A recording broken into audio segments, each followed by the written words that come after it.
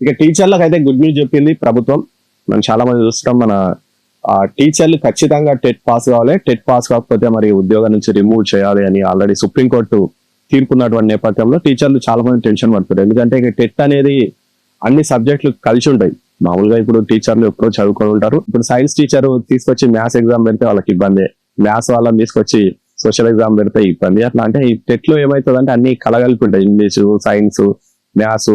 ఇప్పుడు సైన్స్ వాళ్ళకు ఒక పేపర్ ఉంటది, సోషల్ వాళ్ళకు ఒక పేపర్ ఉంటుంది. సోషల్ వాళ్ళకు నిజానికి పెద్ద ప్రాబ్లం కాకపోవచ్చు, కానీ ఈ సైన్స్ టీచర్లకు, ఈ జనరల్ టీచర్లకు ఎవరికి అవుతుందో వాళ్ళకి కొంచెం ఇబ్బందికర పరిస్థితి. ఎప్పుడో చదువుకొని ఉంటారు, వాళ్ళకి ఇప్పుడు మళ్ళీ అవన్నీ రావాలి, ఖచ్చితంగా క్వాలిఫై కావాలి అనేది కొంచెం ఇబ్బందికరమైనటువంటి పరిస్థితిలో మరి గుడ్ న్యూస్ అయితే చెప్పింది. ఖచ్చితంగా ఈసారి ఏడాదికి 2 సార్లు ఇప్పటి వరకు పెడుతున్నటువంటి టెట్లు ఈసారి 4 times పెడతారండి. ఇప్పటి నుంచి టీచర్ల కోసమే టెట్ 4 సార్లు అయితే పెడతారంట.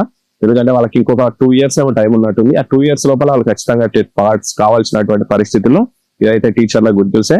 మరి 4 సార్లు టెట్ నిర్వహించే యోచనలో అయితే ప్రభుత్వం ఉందంట.